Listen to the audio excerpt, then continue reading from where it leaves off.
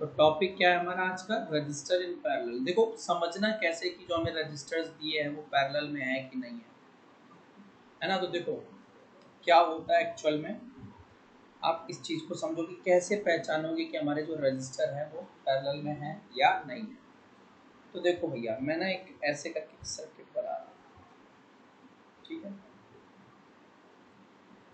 और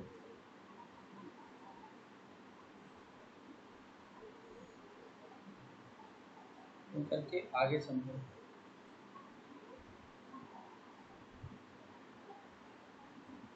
ठीक है, थोड़ा सा टेढ़ा हो चुका है हल्का सा हमारा ये वाला क्वेश्चन।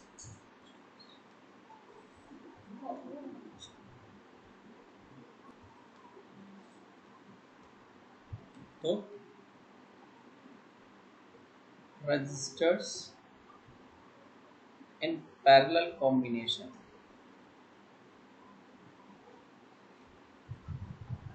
ये है टॉपिक। ठीक है, हमारे टॉपिक का नाम है बेटा रजिस्टर्स इन पैरेलल कॉम्बिनेशन। अब कैसे पता चले कि हमें जो सर्किट दिया है वो उसमें जो रजिस्टर्स हैं वो पैरेलल में है कि नहीं है। तो देखो मान लो मुझे कुछ इस तरीके से सर्किट दिया जाएगा,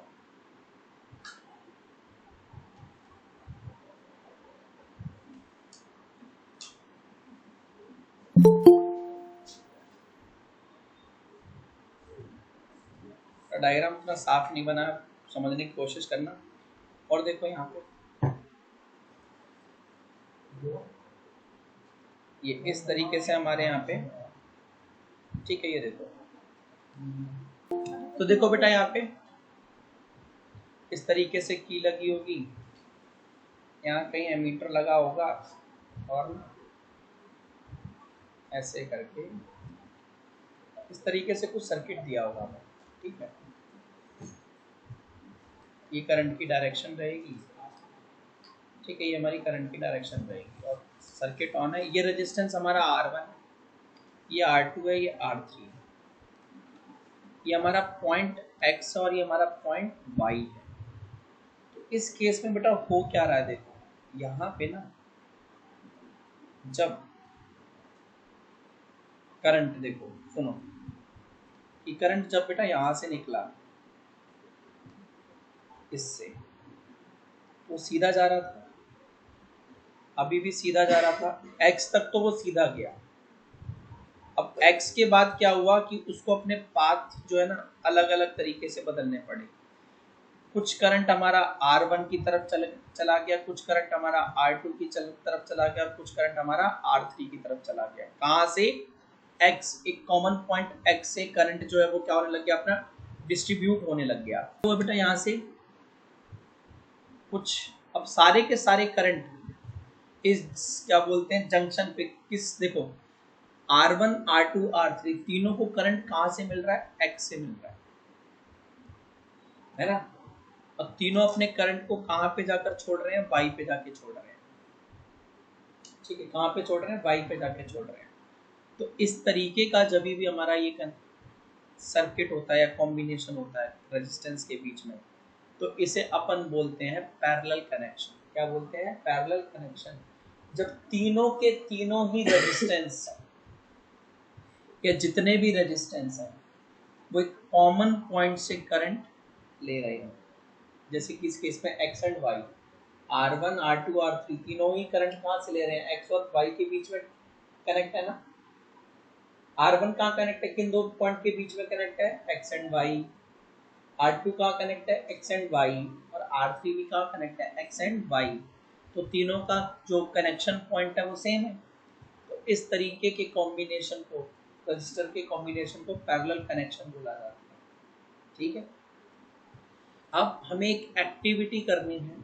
ठीक है, अब हमें क्या करनी है, आगे एक एक्टिविटी करनी है जो तुम्हारी बुक में दी गई है। ठीक है, तो आप उस एक्टिविटी को पढ़ लीजिए एक बार। ठीक है, देखो एक्टिविटी 11.6 में आपको क्या बोला है कि मेक अ पैरेलल कॉम्बिनेशन। आपको एक पैरेलल कॉम्बिनेशन बनाना है बेटा। ठीक है, और X Y of 3 resistor having resistance R1 R2 R3। R1 R2 R3 का क्या करना है ना, एक पैरेलल कॉम्बिनेशन बिठाना, ठीक है, क्या बिठाना है, पैरेलल कॉम्बिनेशन बिठाना है, और उसको फिर एक बैटरी से कनेक्ट करना है, ठीक है, उसमें एक की लगानी है, उसमें एक एमीटर लगाना है, जैसा कि सर्किट में दिया गया है, ठीक है, जैसा कि हमें सर्किट में दिया गया है। आप अपने ऑपरेटर्स को इस तरीके से अरेंज करोगे, ठीक है, समझ में आ गई बात। लेकिन की को अभी ऑन मत करना, की को अभी ऑन नहीं करना। तो देखो हमने अपनी की यहाँ पे अभी एज ऑफ ना, हमारी की भी जो है ऑफ, एज ऑफ ना हमारी की ऑफ, ठीक है। फिर जब आप की ऑन कर देंगे, ठीक है, जब आप की को क्या करेंगे बेटा, ऑन, तो ये हो गई आपकी key on. And note the ammeter reading, और उस टाइम पे आपको एमीटर की रीडिंग चेक करनी है। आपको क्या करना है, एमीटर की रीडिंग चेक करनी है। लेट द करंट आई, और जो एमीटर की रीडिंग आई वो कितनी आई, आई, उसमें करंट, सर्किट में करंट कितना आ रहा है, I. Also take the voltmeter reading, और वोल्ट मीटर की भी रीडिंग ले लेना। तो वोल्ट मीटर की रीडिंग मान लो बी आ रही होगी, उस टाइम पे वोल्ट मीटर की रीडिंग क्या आ रही होगी, बी। तो देखो मैं यहाँ लिख देता हूँ, इनिशियल एमीटर रीडिंग,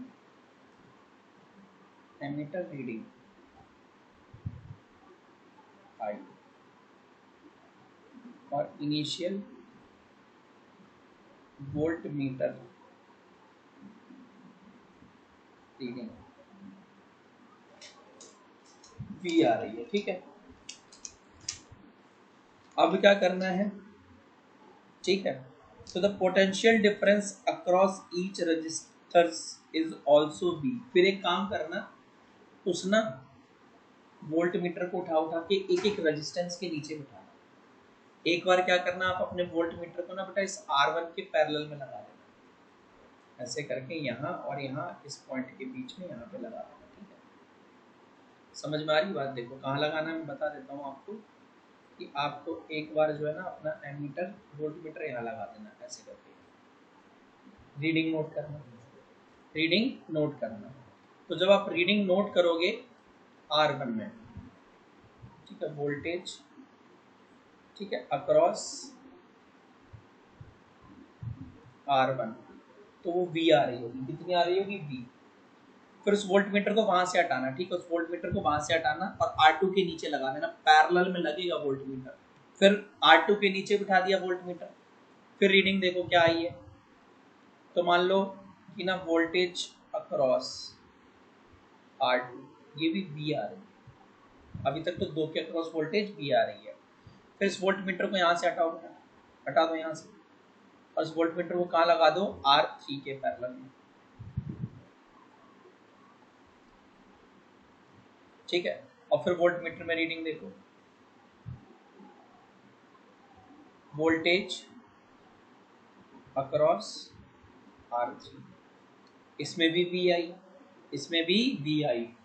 फिर यहाँ से हटाओ, अब वोल्ट मीटर यहाँ लगा दो जहाँ डायग्राम में लगा हुआ है, ठीक है, एक्स और वाई के बीच में लगा दो। तो वोल्ट मीटर में रीडिंग फिर भी क्या आ रही है, V। तो हमने देखा वोल्ट मीटर कहीं भी लगाएं इस सर्किट में, R1 के अक्रॉस लगाएं, R2 के अक्रॉस लगाएं, R3 के अक्रॉस लगाएं, या पूरे R1 R2 R3 होल में अक्रॉस में लगा दें, इस एक्स और वाई के बीच में लगाएं, बार बार रीडिंग कितनी आ रही है, V आ रही है। और ऐसा कब हो रहा है, जब हमारे सारे के सारे रेजिस्टेंस किसमें कनेक्ट है, पैरेलल कॉम्बिनेशन में, पैरेलल कनेक्शन में। तो voltage across each resistance is same, हमें क्या पता चला कि हर रेजिस्टेंस के अक्रॉस वोल्टेज क्या है, सेम। मतलब मेरा V1 V2 V3 सब क्या है, V, बराबर है ना। अब आपको क्या करना ना, R1 के सीरीज में, एक बार R1 के सीरीज में यहाँ कहीं पे देखो, यहाँ कहीं पे एमीटर लगाना, रीडिंग लेना, ठीक है, यहाँ पे एमीटर लगाना और रीडिंग लेना, ठीक है। तो लिखना करंट अक्रॉस R1 के अक्रॉस जो करंट आ रहा होगा वो बेटा हमारा I1 आ रहा होगा। ऐसे ही फिर करंट अक्रॉस जब R2 निकालोगे तो आप देखोगे I2 आ रहा होगा। जब आप यहाँ लगाओगे, सॉरी यहाँ पे एमीटर, तो I2 रीडिंग आ रही होगी, कुछ वैल्यू आ रही होगी। फिर क्या करना, करंट अक्रॉस R3, उस एमीटर को यहाँ लगा देना R3 यहाँ पे, तो कुछ अलग रीडिंग आएगी, कुछ अलग रीडिंग आएगी। तो हमें जो सेकंड ऑब्जर्वेशन मिली वो ये मिली कि हर रेजिस्टेंस के अक्रॉस जो करंट था वो कैसा था, डिफरेंट था। ठीक है, हर रेजिस्टेंस के अक्रॉस जो करंट था बेटा वो कैसा था हमारा, डिफरेंट था। करंट डिफरेंट था लेकिन हर रेजिस्टेंस के अक्रॉस वोल्टेज क्या थी, सेम थी। यही तो पता चला इस एक्टिविटी से। तो अब आगे क्या किया ना, फिर हमने जब देखा कि जब हम तीनों I1 I2 I3 प्लस करके देखते हैं, क्या I1 I2 I3 मैंने प्लस किया, फिर जो मेरी I1 I2 I3 की वैल्यू आ रही थी ना, ठीक है, I1 I2 और I3 की जो मेरी वैल्यू आ रही थी वो पता है किसके बराबर आ रही थी, जो हमारे सर्किट में टोटल करंट था, जो इनिशियली रीडिंग ली थी, इसके बराबर आ रही थी। ठीक है, समझ में आ गई बात, किसके बराबर आ रही थी, हमारी जो I1 I2 I3 थी, इसको सम किया जब टोटल किया तो उसकी वैल्यू किसके बराबर आई, I के वैल्यू बराबर आई। किसके बराबर आई बेटा, I के। ठीक है, ये चीज क्लियर हो गई होगी आपको। चलो, तो इस पूरी एक्टिविटी से हमें क्या पता चला, इस पूरी एक्टिविटी से हमें ये पता चला कि जब हम रजिस्टर्स को पैरेलल में लगाते हैं ना, तो हर रजिस्टर के अक्रॉस वोल्टेज सेम रहेगी और हर रेजिस्टेंस के अक्रॉस करंट अलग अलग रहेगा, करंट अलग अलग रहेगा। तो कुल मिलाकर पैरेलल कॉम्बिनेशन में होता क्या है समझो, पैरेलल कॉम्बिनेशन में रेजिस्टेंस के हिसाब से करंट डिस्ट्रीब्यूट होता है। पैरेलल कॉम्बिनेशन में जब रेजिस्टेंस कनेक्ट किए जाते हैं ना, तो उनकी रेजिस्टेंस के हिसाब से करंट डिस्ट्रीब्यूट होता है, करंट का डिस्ट्रीब्यूशन होता है किसमें, पैरेलल कॉम्बिनेशन। पैरेलल कॉम्बिनेशन में क्या होता है, करंट का डिस्ट्रीब्यूशन होता है, और सीरीज कॉम्बिनेशन में वोल्टेज का डिस्ट्रीब्यूशन होता है। समझ में आ गई बात, क्योंकि देखो ना, इसमें जब तुम I1 I2 I3 को प्लस करते थे तो I के बराबर आता था, यानी जब वोल्टेज डिस्ट्रीब्यूट हुआ ना, करंट डिस्ट्रीब्यूट हुआ ना, तभी तो तीनों करंट को प्लस करके ओरिजिनल करंट के बराबर वैल्यू आ रही है। ठीक है, तो अब इसकी हम डेरिवेशन करेंगे कि जो टोटल रेजिस्टेंस है सर्किट का वो क्या होगा, इस सर्किट का टोटल रेजिस्टेंस क्या होगा उसकी हम डेरिवेशन करने वाले हैं। देखो आगे, तो इस एक्टिविटी से आपको क्या पता चला कि I1 इक्वल टू, नहीं, I इक्वल टू क्या है, I1 plus I2 plus I3। और एक चीज आपको और पता होगी, वो क्या है कि ना, मैं अगर आपसे पूछूं I की वैल्यू क्या आती है तो आप कहोगे सर B अपॉन R, यही होती है। तो हमारा ये जो I है ना, ये पहला वाला I इक्वेशन 1 में है, उसकी जगह मैं रखूंगा B अपॉन R। ठीक है, और I1 को निकालता तो वो क्या आता, V1 बाई R1, यही आता। अगर I2 निकालता तो V2 बाई R2, और मुझे I3 निकालना होता, क्या निकालना होता, I3, तो वो क्या आता, V3 बाई R3। बट हम इसमें ना एक चीज पढ़ के आए हैं, बट क्या पढ़ा है कि वोल्टेज V1 V2 V3 सबके सब क्या है, सेम है, और वो इक्वल टू किसके थे, सोर्स वोल्टेज के, किसके थे, सोर्स वोल्टेज के।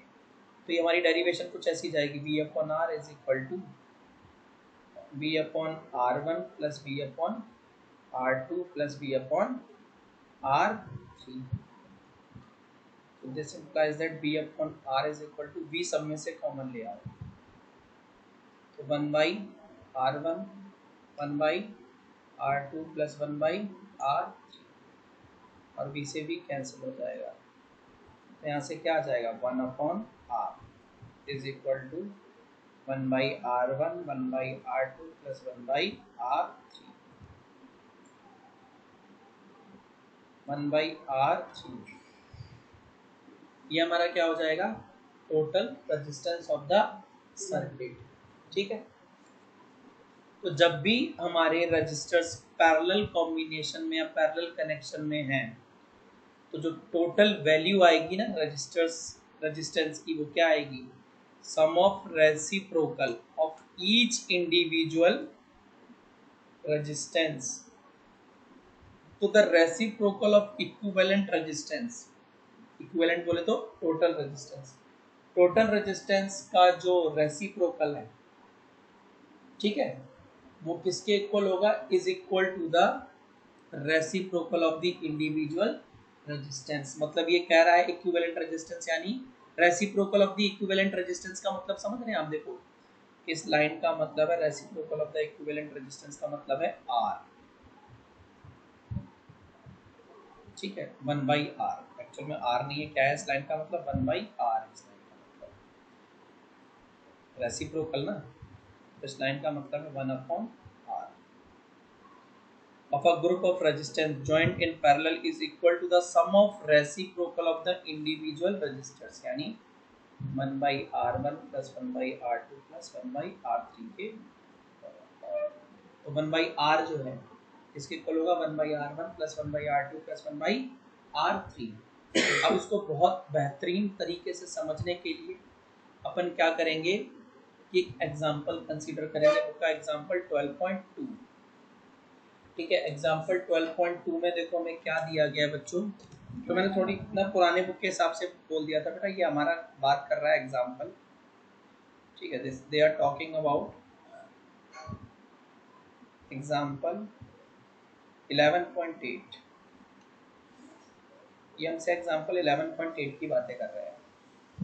कह रहा है इन the circuit diagram given in figure 11.10, 11.10 में क्या सर्किट डायग्राम बना है मैं बना देता हूँ, देखो समझो जरा, रुकना एक मिनट। तो कुछ इस टाइप से बना के दिया हुआ उन्होंने, थोड़ा सा डायग्राम पे नहीं जाना मेरे, आप एनसीईआरटी में देख लेना क्या डायग्राम बनाया है। और ऐसे करके एक बैटरी कनेक्ट की गई है हमारी,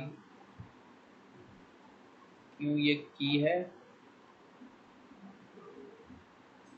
ये अपना एमीटर है, ठीक है, और ये गया यहाँ कनेक्ट।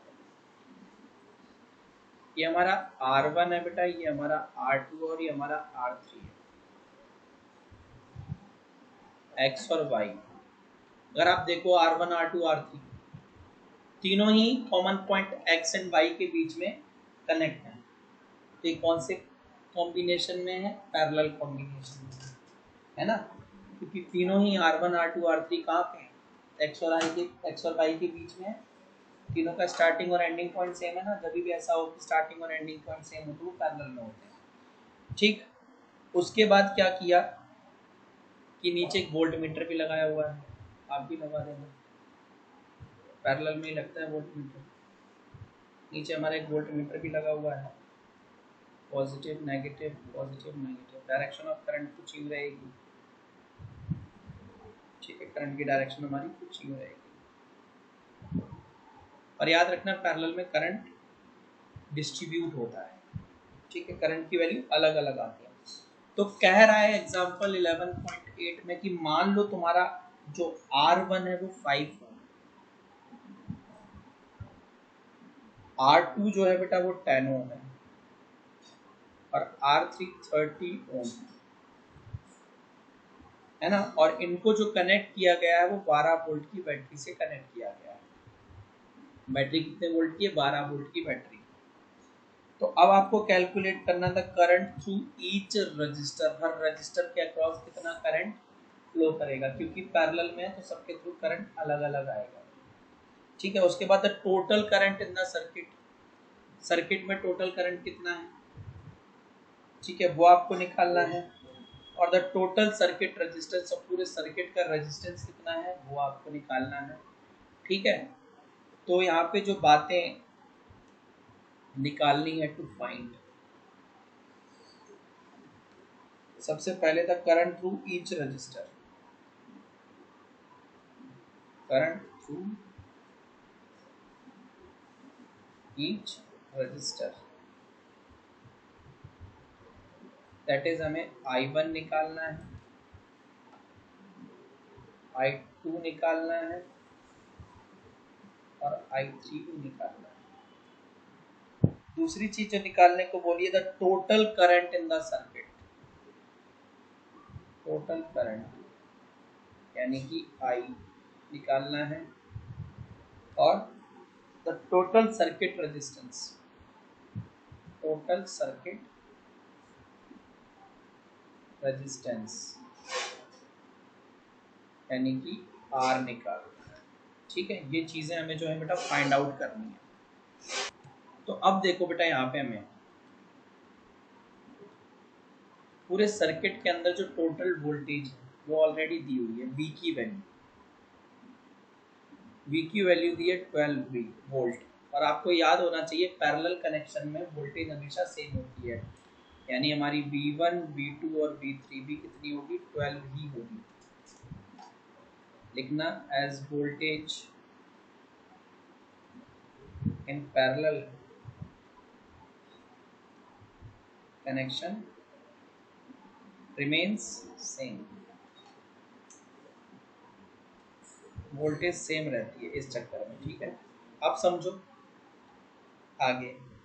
तो अब आपसे क्या कर रहा है कि ना आपको करंट निकालना है थ्रू रजिस्टर 1, I1 निकालना है। तो देखो हमें पता है, वी नो दैट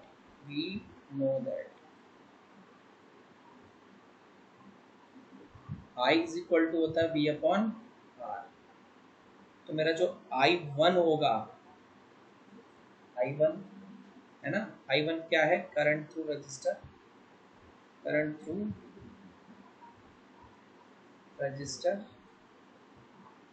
R1। ठीक है, और I2 क्या होगा, करंट थ्रू रजिस्टर R2। ठीक है, बीच में इक्वल लगा लेते हैं अपन। ठीक है, बीच में यहाँ पे इक्वल का साइन लगा लेते हैं instead of bracket, instead of putting a bracket. यहाँ पे मैं इक्वल का साइन प्रेफर करूँगा। ठीक है, ब्रैकेट लगाने से बढ़िया हम इक्वल का साइन लेते हैं। तो देखो I1 क्या है, current through register R1, I2 क्या है, करंट थ्रू रजिस्टर R2, और I3 क्या है, current through register R3। Current through register R3। मेरी बात ध्यान देना, क्या वोल्टेज पैरेलल कनेक्शन में वोल्टेज यानी V की वैल्यू सब जगह सेम रहेगी, और जितनी सप्लाई दे रहे हो, जितने की बैटरी है 12 वोल्ट। ठीक है, तो अब हमें पता है अगर मुझे I1 निकालना है, I1 तो वो क्या होगा, V1 बाई R1, यही होगा। तो I1 देखो मेरा कैसे आएगा, I1 आएगा बेटा मेरा, V1 कितना है, तो V1 है हमारा 12, है ना, और R1 मेरा 5 ओम, 5 ओम का ही तो था R1। तो ये हमारा जब निकल के आएगा तो I1 आएगा बेटा, दिस इज 2.4 एम्पियर। तो फर्स्ट रेजिस्टेंस के अक्रॉस जो करंट है वो कितना है, 2.4 एम्पियर। फिर मुझे I2 निकालना है, तो V2 बाई R2, 12 अपॉन में, और हमारा ये कितना था, 10। तो I2 कितना आ जाएगा बेटा हमारा, 1.2 एम्पियर, 1.2 एम्पियर। अब I3 तो V3 बाई R3, V3 कितना है हमारा 12, और R3 हमारा 30 एम्पियर है, 30। इसको अगर मैं डिवाइड करूँ ना 6 से, 2 जा और 5 जा, ठीक है, तो I3 आ जाएगा हमारा 0.4 एम्पियर। ठीक है, तो फर्स्ट पार्ट तो हमारा क्लियर हो गया। अब पार्ट बी में क्या बोला था, total current in the circuit. Circuit में टोटल करंट कितना है, तो तीनों को प्लस कर दो, total current in the circuit, यानी कि हमारा I ये क्या होगा, I1 plus I2 plus I3। क्योंकि उस एक्टिविटी में हम पढ़ के आए थे, जब भी रजिस्टर्स पैरेलल में हो तो टोटल करंट निकालने के लिए सारे इंडिविजुअल करंट को ऐड करना पड़ता है। तो I इज इक्वल टू आ जाएगा 2.4 प्लस 1.2 प्लस 0.4 एम्पियर। तो जो टोटल करंट है बेटा वो है 4 एम्पियर। सर्किट में टोटल करंट कितना है, 4 एम्पियर। ठीक, अभी खत्म नहीं हुआ है, अब तो मेन पार्ट शुरू हुआ है। अब आपसे कह रहा था total circuit resistance, C part, total circuit resistance यानी आर, क्या पूछ रहा है, आर। और क्योंकि ये पैरेलल में कनेक्ट है तो अब 1/r इज इक्वल टू आएगा बेटा 1/r1 1/r2 plus 1/r3। Parallel में 1 में लिए जाते हैं, ठीक है। तो देखो 1/r is equal to 1/5 1/10 plus 1/30। 5 10 30 का एलसीएम लेना है, 30 आएगा। तो नीचे वाले 5 को ऊपर नीचे किससे मल्टीप्लाई करना पड़ेगा, 6 से, इसको 3 से, और 30 को तो 30 रहने दो, नीचे का आ जाएगा 30 एलसीएम, ठीक है। 1/r, तो देखो 1/r इज इक्वल टू आ जाएगा बेटा 10/30, काट दिया 1/3। तो यहाँ से मेरा देखो, यहाँ से 1/r कितना आया था, 1/3 आया था ना। हमें तो r चाहिए, 1/r थोड़ी चाहिए, तो रेसिप्रोकल कर दो। तो r की वैल्यू आ गई 3 ओम। एक चीज समझो यार गौर से, हमारा R1 कितना था, 5 ओम था ना, R2 10 ओम था, और R3 हमारा 30 ओम था, जबकि टोटल रेजिस्टेंस यानी R 3 ओम था। तीनों केसेस में जो तुम्हारा इक्विवेलेंट रेजिस्टेंस है, मतलब आप देखो, आप देख रहे हो जो इक्विवेलेंट रेजिस्टेंस आया है, यानी ये 3 इंडिविजुअल रेजिस्टेंस से छोटा है।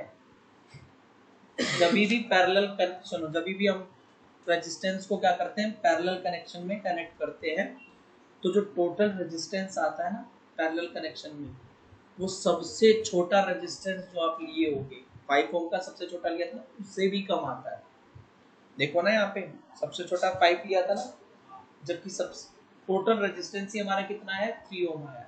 तो पैरेलल कनेक्शन में होता क्या है, पैरेलल कनेक्शन में रेजिस्टेंस जो है बहुत कम हो जाता है। इवन जो सबसे छोटा रेजिस्टेंस लिया था ना, उससे भी छोटा ही आएगा। ही का मतलब समझते हैं, छोटा ही आएगा ऑलवेज, ठीक है। अगर प्योरली पैरेलल में कनेक्ट है तो मिक्स भी आता है, मिक्स सर्किट पढ़ने वाले हैं कि आधा पैरेलल है और आधा सीरीज है, उनमें फिर बात अलग होगी, वो जब क्वेश्चन आएगा तब मैं आपको समझाऊंगा। तो as of now if you guys have any doubt please let me know. तो guys I beg your pardon, क्योंकि मैंने एक गलती कर दी है, तो क्षमा मांगते हैं आपसे। देख रहे हो यहाँ पे क्या हो रहा है ना, 5 ओम यानी R1, यानी कि हमारा R1 3 ओम से बड़ा है, R2 भी बड़ा है और ये भी बड़ा है, तो साइन इधर लगाना था ना, उल्टा लगा दिया, ठीक है। चलो, आई होप सभी को चीज़ें समझ में आई होंगी। तो ये मैंने जो चीज़ अभी आपको समझाई ना, मैंने बता दिया। तो the equivalent resistance when all the resistors are connected in parallel is even less than resistance of smallest value. ये समझो जरा बात, कह रहा है जो इक्विवेलेंट रेजिस्टेंस आता है ना, जब सारे रेजिस्टेंस को पैरेलल में कनेक्ट करते हो, तो जो उसकी वैल्यू आती है ना इक्विवेलेंट रेजिस्टेंस की, सबसे छोटे रेजिस्टेंस वाले रेजिस्टर से भी छोटी आती है, ठीक है। चलो, अगर किसी को कोई डाउट है तो मुझे बता दीजिएगा, ठीक है। अभी देखो R1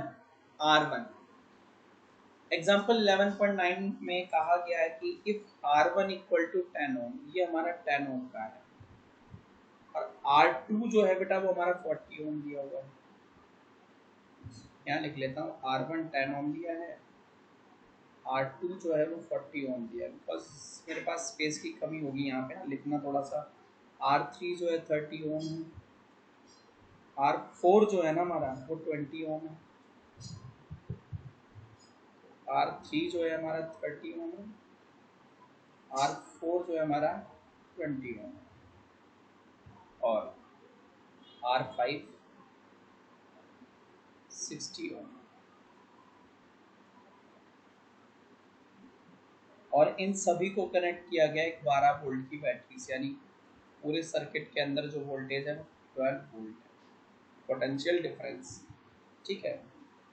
पूरे सर्किट का पोटेंशियल डिफरेंस है 12 वोल्ट। तो अब आपको बताना the total resistance in the circuit, ठीक है, and the total current flowing through the circuit. समझो, बहुत गौर से समझना मेरी बात को, ठीक है, जैसे समझा रहा हूँ वहां ध्यान देना। तो हमें जो फाइंड करना है, टू कैलकुलेट या टू फाइंड, टू कैलकुलेट, देखो बेटा, टू कैलकुलेट। अगर इस एग्जाम्पल पे तुमने बहुत फोकस दे दिया ना, तो आगे आने वाले कैसे देगा टीचर, कितना बल्कि दे सकता है, वो तुम्हारे लिए बहुत क्लियर होने वाला है, ठीक है। तो टू कैलकुलेट, सबसे पहले जो कैलकुलेट करना है, हमें कैलकुलेट करना है total resistance in the circuit, total resistance in the circuit. मान लो ये हम इसको R कंसीडर कर लेते हैं, और दूसरे पे हमें जो निकालना है total current in the circuit, total current in the circuit यानी I। तो बेटा देखो, एक चीज और से मैंने तुम्हें पैरेलल को पहचानना सिखाया था। तो देखो, एक ये पॉइंट मान लेते हैं, एक ये पॉइंट मान लेते हैं, ये हमारा x है और ये हमारा y है। तो मैं बोलूं R1 करंट कहाँ से उठा रहा है, x से, R2 करंट कहाँ से उठा रहा है, x से, R1 करंट कहाँ छोड़ रहा है, y पे, R2 कहाँ छोड़ रहा है, y पे। यानी R1 और R2 किसमें है, एक दूसरे के पैरेलल। R1 और R2 एक दूसरे के क्या है, पैरेलल, ठीक है। तो पहले तो हम R1 और R2 का इक्विवेलेंट रेजिस्टेंस निकालेंगे कि R1 और R2 मिलकर कितना रेजिस्टेंस प्रोड्यूस कर रहे हैं, ठीक है। तो देखो यहाँ पे, तो सबसे पहले अपन निकाल रहे हैं equivalent resistance, equivalent resistance of R1 and R2 when connected in parallel, when connected in parallel। और इस इक्विवेलेंट रेजिस्टेंस को आप लोग नाम दे देना, ठीक है, R डैश। क्या नाम दोगे, R डैश, ठीक है। तो 1 अपॉन R डैश कैसे आएगा बेटा, ये आएगा 1/R1 प्लस 1/R2, ठीक है। तो 1/R dash is equal to आएगा हमारा 1/10 प्लस 1/40, ठीक है। जब मैं इसको सॉल्व करूंगा, ठीक है, अब इसको हम सॉल्व कर लेते हैं। तो 1/R dash is equal to आ जाएगा ये 4 प्लस 1, 4 प्लस 1 है ना, अपॉन में 40, एलसीएम लिया है, तो 5/40 यानी 1/8। तो 1/R डैश मेरा कितना है बेटा, 1/8। तो this implies that R dash is equal to 8 ohm। मतलब R1 और R2 का, ठीक है, R1 और R2 का टोटल रेजिस्टेंस कितना है, 8 ओम। देख रहे हो 10 और 40 से कम है ना, बिल्कुल। अब एक काम करो, R3, R4 और R5। अगर मैं R3, R4, R5 दिखाऊं ना आप लोगों को, गौर से देखना जरा। तो देखो, तीनों करंट उठा कहाँ से रहे हैं, P, छोड़ कहाँ रहे हैं, Q पे। तीनों कॉमन पॉइंट के बीच में कनेक्ट है ना, P और Q के बीच में, यानी R3, R4 और R5 एक दूसरे की किसमें है, पैरेलल में। किसमें है, पैरेलल में, ठीक है। तो अब इनका भी निकालते हैं। देखो इक्विवेलेंट, तो क्या करना, लिखेंगे कि equivalent resistance of R3, R4 and R5 when connected in parallel, इसको ले लेंगे R डबल डैश। यहाँ पे देखो, तो अब हमारा 1/R double dash is equal to क्या आ जाएगा बेटा, 1/R3, 1/R4 और 1/R5। तो 1/R double dash is equal to, values देखते हैं कि, ठीक है, देखो ये 1/30, 1/20 और 1/60। 30, 20, 60 में अगर इनके टेबल पढ़े तो 60 सब में आ रहा है, यानी एलसीएम 60 है। ये 2 जा ये 3 जा, ये 1 जा 60, ठीक है, 1/r डबल डैश। तो this implies that 1/r double dash is equal to आ जाएगा बेटा 6/60, ठीक है। This implies that 1/r double dash आ जाएगा 1/10। तो r डबल डैश की वैल्यू कितनी आ गई 10 ओम। तो R3, R4, R5 जो कि पैरेलल में थे उनका इक्विवेलेंट रेजिस्टेंस यानी R डबल डैश कितना आ रहा है हमारा 10 ओम। अब एक चीज समझो, गौर से देखना बेटा, सुनो यहाँ ऐसे समझो, ये तुम्हारा ये जो है ना ये पूरा जंक्शन, ठीक है, समझ में आ रही है आपको बात, ये वाला पूरा जंक्शन। ऐसे नहीं समझाता हूँ, दूसरे तरीके से कोशिश करता हूँ।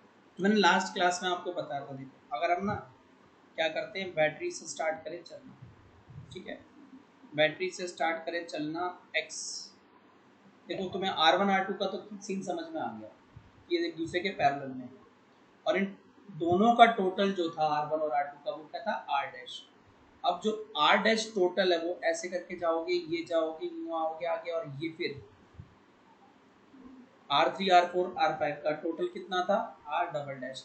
तो तुम देख रहे हो जो ये इस पूरे का जो ये था, ये पूरा मैंने यूं करके कर दिया है, इस पूरे का जो इक्विवेलेंट था वो कितना था R, ठीक है, सॉरी जस्ट अ मिनट।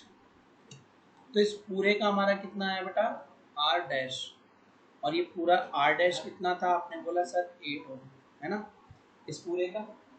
फिर ये पूरा देखो ना एक ही लाइन में तो आ रहा है, ये पूरा सुनो, ये R डैश का जो एंडिंग पॉइंट था Y, वो R डबल डैश कौन सा वाला, तो R डबल डैश बेटा ये वाला आपका, ये वाला, ये पूरे का जो आएगा ना, इस पूरे का, ठीक है, इस पूरे का जो आएगा, इस पूरे का आएगा हमारा R डबल डैश, और ये आया था 10 ओम, ये आया था 10 ओम। तो अब R डैश करंट कहाँ से कहाँ पे छोड़ रहा है Y पे, और R डबल डैश करंट कहाँ से उठा रहा है Q से, मतलब एक का एंडिंग पॉइंट दूसरे के लिए स्टार्टिंग पॉइंट बन रहा है। और ऐसा जब भी होता है तो वो क्या होते हैं सीरीज में, क्या होते हैं सीरीज में। तो लिखना अब आगे कि now R dash and R double dash are in series, किसमें है, सीरीज में है, ठीक है, समझ में आ गई बात। तो जो टोटल रेजिस्टेंस होगा यानी R, वो क्या आ जाएगा R dash plus R double dash, यानी 8 प्लस 10 ओम, तो R इज इक्वल टू 18 ओम। अब हमारे सर्किट में टोटल रेजिस्टेंस कितना है 18 ओम, टोटल वोल्टेज कितनी है 12 वोल्ट, तो टोटल करंट क्या होगा, तो देखो total current is equal to आएगा टोटल वोल्टेज, टोटल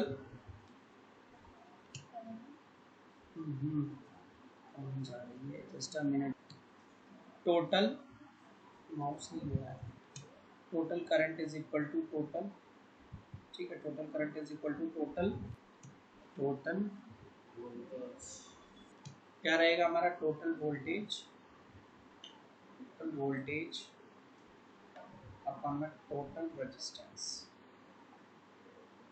सब कुछ टोटल चल रहा है ना, यानी I is equal to total voltage थी 12, है ना, और जो टोटल रेजिस्टेंस था वो था 18, यानी 2/3।